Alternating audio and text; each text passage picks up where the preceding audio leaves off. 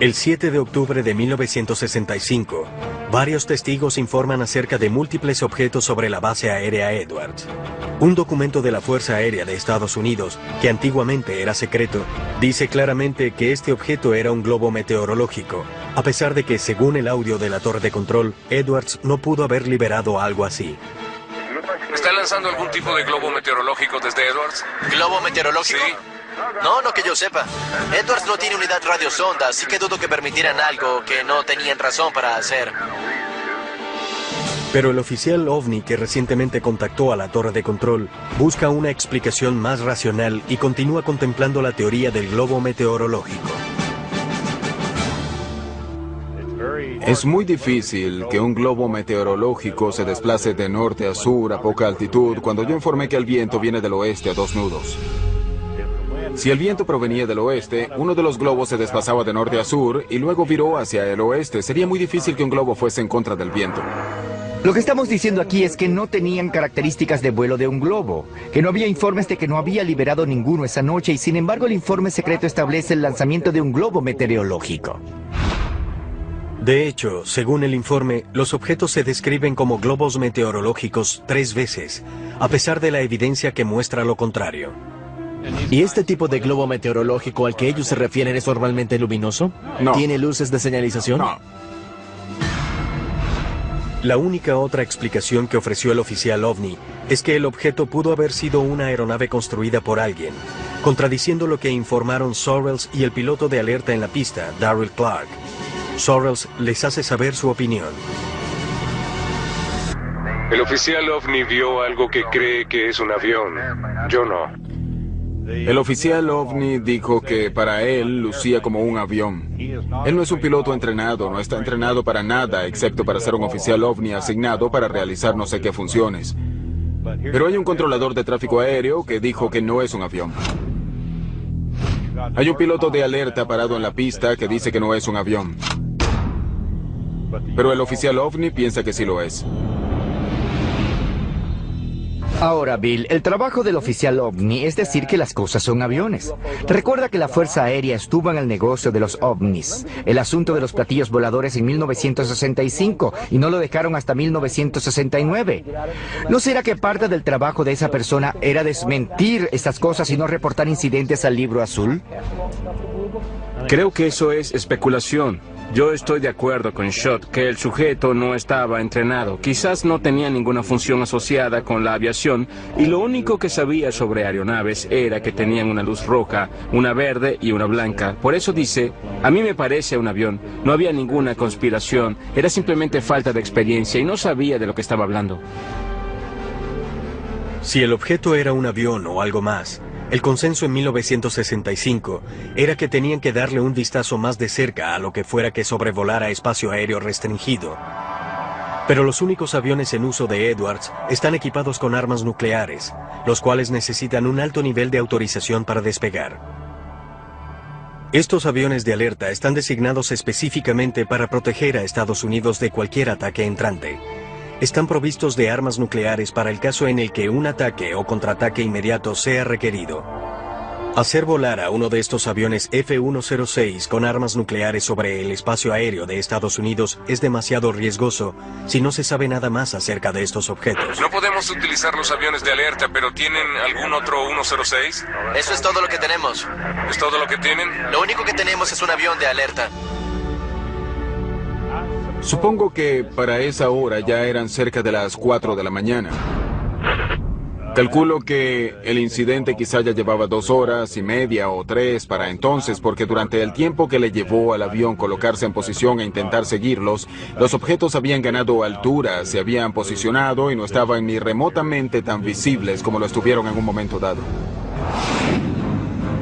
¿Crees que alguien lo está impidiendo o consideras que este es el procedimiento normal? Este era el procedimiento normal porque no tenían ningún avión de alerta que no estuviera armado y no tenían un piloto para... Cuando el avión alza vuelo, tanto Lads como Sorrells guían al piloto para que se acerque a los objetos. Pero surge un problema. Para entonces, ya han empezado a alejarse de la base. Alzó vuelo para echar un vistazo y luego lo pasó por la intersección de radar, pero se le estaba dificultando detectarlo en el área. En un momento dado yo estaba dirigiendo la aeronave, alineándolo con la pista, dándole el rumbo. Haz que descienda directamente por la pista de aterrizaje. Creo que está 01 a estribor 040. En un momento dado lo sigue hasta las alturas de 12.000 metros. Yo hablaba con el director y le preguntaba cómo le iba y le dije, bueno, se está acercando. 01 ahora se encuentra un poco a la izquierda. Blanco a tu derecha y otro a tu izquierda. Luego, cuando se acercó, le dije, está abajo. Torre de control, ¿qué tal están las cosas ahora? Busca ascender, busca ascender. Esa cosa está elevándose muy rápidamente. Está elevándose. Se encuentra a 12.000 metros y aún no está tan elevada. No está muy alto. ¿No muy alto? Pasó los 12.000 metros. Aún está bajo. Pero a medida que el piloto se acerca, los objetos se alejan más y más, hasta que finalmente desaparecen del contacto visual y del contacto del radar. Se desplazó ahora a aproximadamente 145 grados. A unos 65 kilómetros estimados y con mucha altitud ahora. Está casi invisible ahora. ¿Qué piensas de esto? Creo que fue un incidente inusual para todos los profesionales involucrados. El único poco profesional que escuché fue el oficial OVNI. Fue el único que pensó que era un avión. Las cintas, ahora de libre acceso, son solo el comienzo. El piloto de alerta, el capitán Clark, quien jamás habló sobre este incidente luego de esa noche y no podía saber que sería investigado en un futuro, a la larga le escribiría una carta a su esposa, describiéndole lo que había visto esa noche de octubre. Capitán Clark, ¿sí? ¿Qué opina de esto? Les diré que cuando vi esa cosa por primera vez se aproximaba a la base por el norte. Lo único que podía ver eran las luces intermitentes, no giratorias. Lo vi bien con los binoculares, parecía empujar una pequeña nube hacia el frente. Existe la teoría de que una vez que la humanidad comenzó a desarrollar energía y armas nucleares, Creo que la libertad es lo más valioso.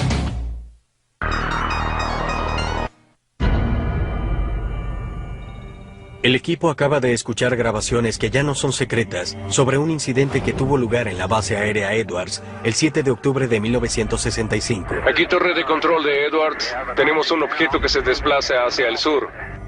Chuck Sorrells, el controlador de tráfico aéreo de mayor rango que se encontraba en la base esa noche, ha emitido nueva información sobre los extraños objetos que se hallaron suspendidos durante casi 6 horas sobre espacio aéreo restringido. Pero Sorrells y las grabaciones no son las únicas fuentes de la historia que se encuentra tras lo que la Fuerza Aérea llama el incidente. El capitán Darryl Clark era el piloto de alerta de la base aérea Edwards esa noche. Pareciera que está a una altitud bastante baja, a 3.000 metros. Su voz está en las cintas de audio. Viró más hacia el oeste y cobró gran altura. Luego de décadas de silencio, Clark siente la necesidad de documentar su experiencia de esa fatídica noche en una carta para su esposa. Lo importante de esta carta es que el capitán Darryl Clark era el oficial de mayor rango que se encontraba de guardia, y su relato corroboraba el relato de Chuck Sorrells. Ambos mantuvieron esto en secreto tanto tiempo como pudieron. Evidentemente, este incidente había dado vueltas en su cabeza durante décadas antes de que decidiera compartir el secreto con alguien. Esta carta fue entregada al equipo de UFO Hunters por Sam Sherman, el arquitecto de las transmisiones de audio reconstruidas que se grabaron en Edwards aquella noche. Sherman la obtuvo directamente del hijo de Clark. Estaba en alerta en la base aérea Edwards, en California, y era el oficial de mayor rango que se encontraba de guardia. Como a las 2 de la mañana recibió una llamada del controlador aéreo de mayor rango. Dijo que habían recibido informes de ovnis y que habían captado algo en los radares. Hola, le habla el capitán Clark, Alfa Lima. Bien, capitán Clark, aquí el teniente Reid. Tenemos informes confirmados de algunos objetos voladores no identificados en su área. Muy bien.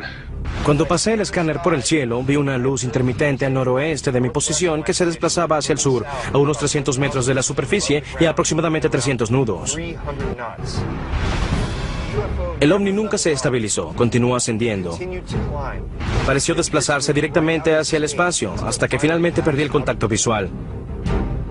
Darryl A. Clark.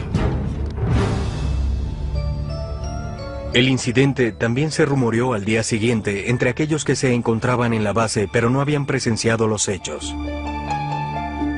El piloto de pruebas, George Merritt, estaba asignado a Edwards para entonces y recuerda la energía que rodeaba esta historia.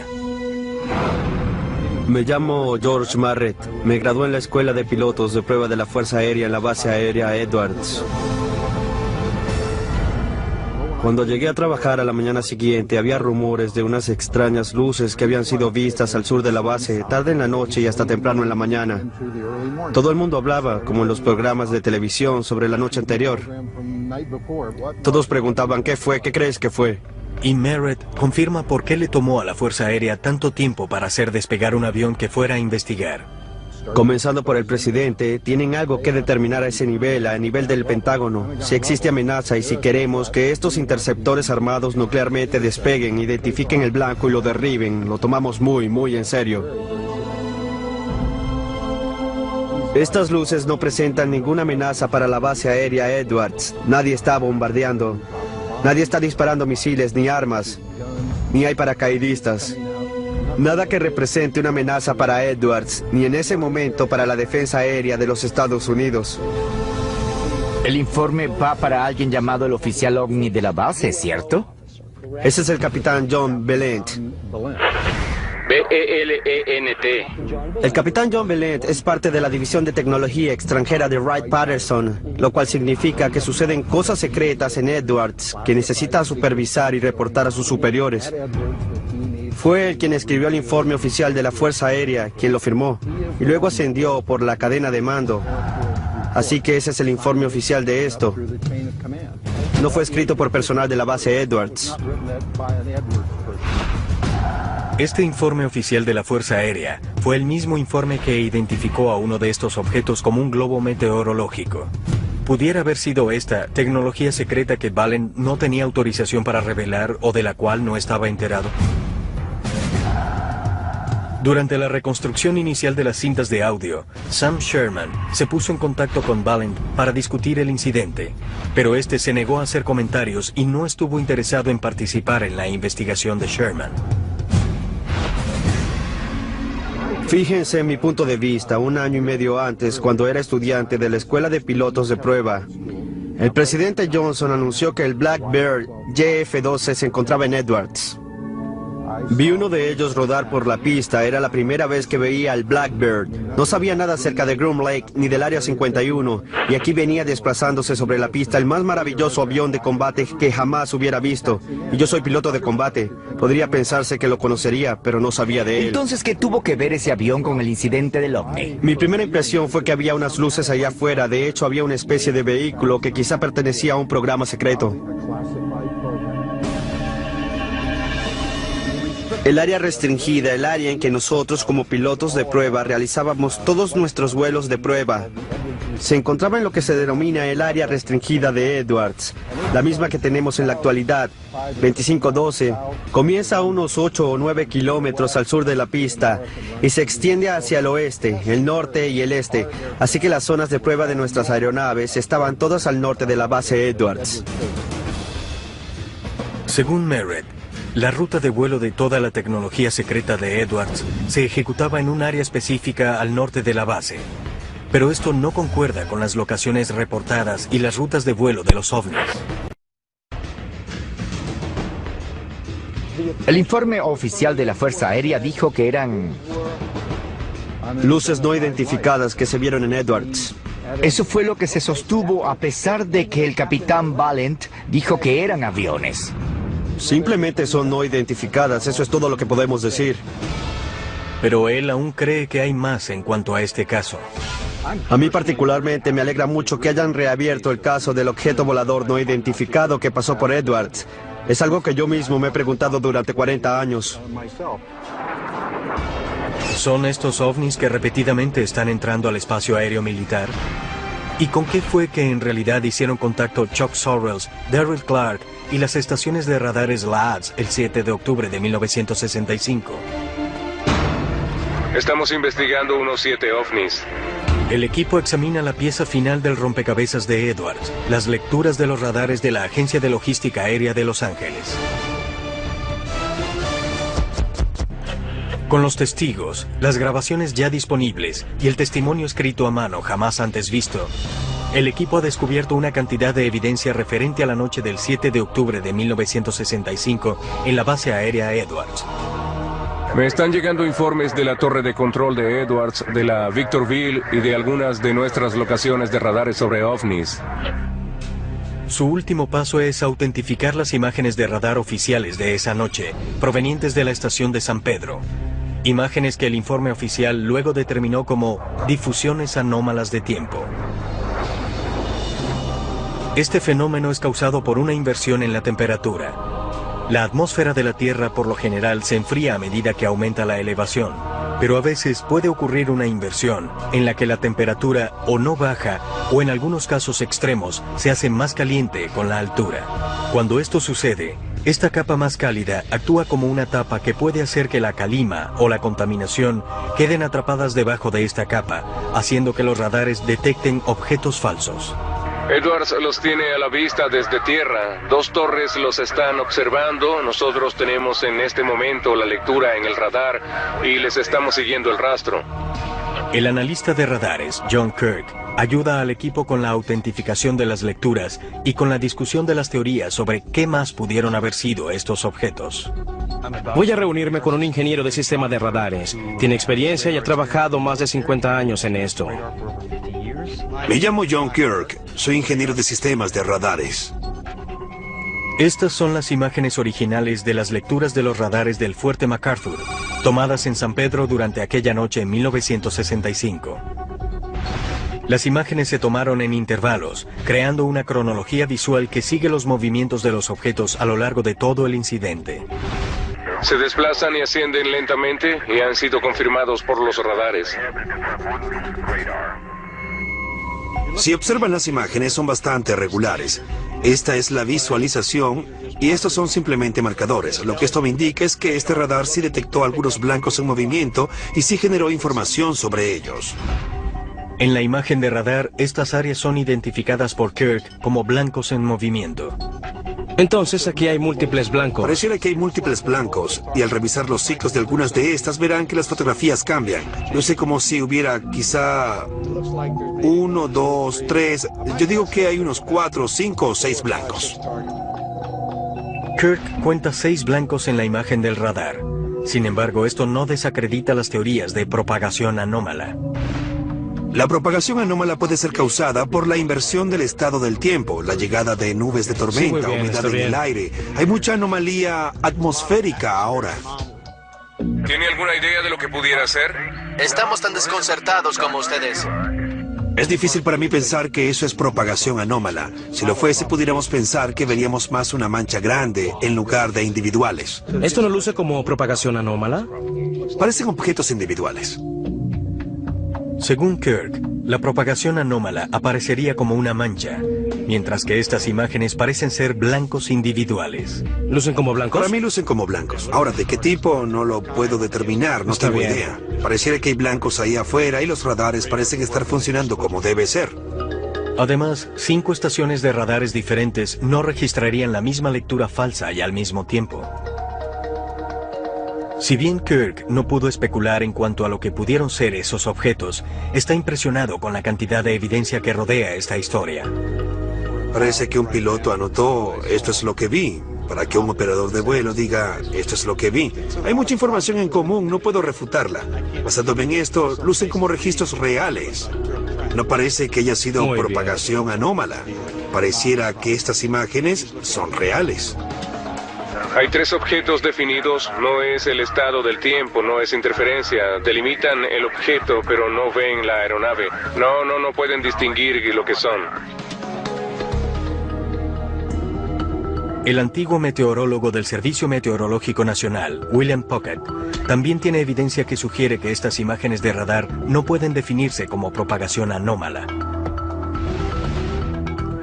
La noche del 7 de octubre de 1965, según el Centro Nacional de Datos Climáticos, la atmósfera estaba muy seca y no presentó inversiones de temperatura, 2 características claves que pudieran crear estas lecturas falsas de los radares. Sin que estas condiciones estén presentes, las posibilidades de que lo que el radar detectó sea propagación anómala son casi nulas. El estado del tiempo en la superficie de Edwards, desde la medianoche hasta las 6 de la mañana, muestra también cielos despejados, temperaturas suaves y de poco a cero viento. Y la visibilidad se calculó en 55 kilómetros. Con estos factores, la distorsión o identificación errada de objetos celestes como Júpiter, Saturno u otras estrellas es poco probable. Pero luego del incidente y la subsiguiente investigación de este, las fuerzas militares decidieron sellar todos los expedientes y las pruebas de audio que se referían al caso. Su explicación fue que las lecturas de los radares fueron falsos positivos y que los testigos solo habían identificado erradamente objetos celestes, a pesar de la contundente evidencia que descarta estas teorías. Para mí es asombroso escuchar que quizás haya ovnis penetrando impunemente espacio aéreo resguardado, espacio aéreo militar en los Estados Unidos. Según el relato tanto de las cintas como del seguimiento de los radares y de Sorrells, esto iba más allá de cualquier característica de vuelo conocida de alguna aeronave de aquella época o del presente. Tiene mucha más altura de la que tenía cuando lo vimos la primera vez. Estas grabaciones de los incidentes originales me pusieron la piel de gallina. Tengo otra combinación de luz roja con verde a la vista moviéndose muy velozmente. Cuando te sientas y escuchas a todas las personas que tuvieron que ver con el incidente, había muchas voces en esas conversaciones que no sabían lo que estaba sucediendo. Por supuesto, cerca de Edwards terminas viendo casi cualquier cosa. El audio es la prueba contundente. Está ganando altura. Mucho más alto. Así de rápidamente. Pareciera que está justo encima de nosotros. Mantuvieron la cinta secreta durante 30 años. ¿Qué había en esa cinta que tenía que ser secreta? ¿Armas secretas? No. ¿Un radar especial? No. Lo que eran ovnis.